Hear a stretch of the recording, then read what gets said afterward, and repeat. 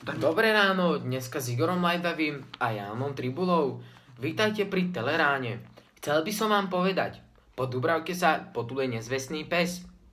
Chcel by som povedať, aby ste všetci ostali doma. Nerad by sme boli s kolegom túto s Jánom Tribulom, keď mu jednu najbem, aby ste došli aj vy o zdravie. Dneska vykradli Bratislavský kraj v Dubravke Homolovej. Čo tam však ostalo? To vám povieme. Ostal tam jeden syr, jedna saláma, 2 piva.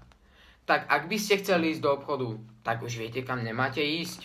Ďakujeme, že ste počúvali tieto Teleráne noviny a dávam slovo nášmu kolegovi Jánovi Tribulovi.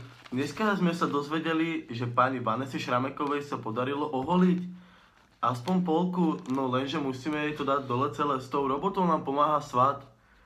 Dávajte si pozor, Vanesa je nebezpečná, chlpy jej vytrčajú aj z pazuch.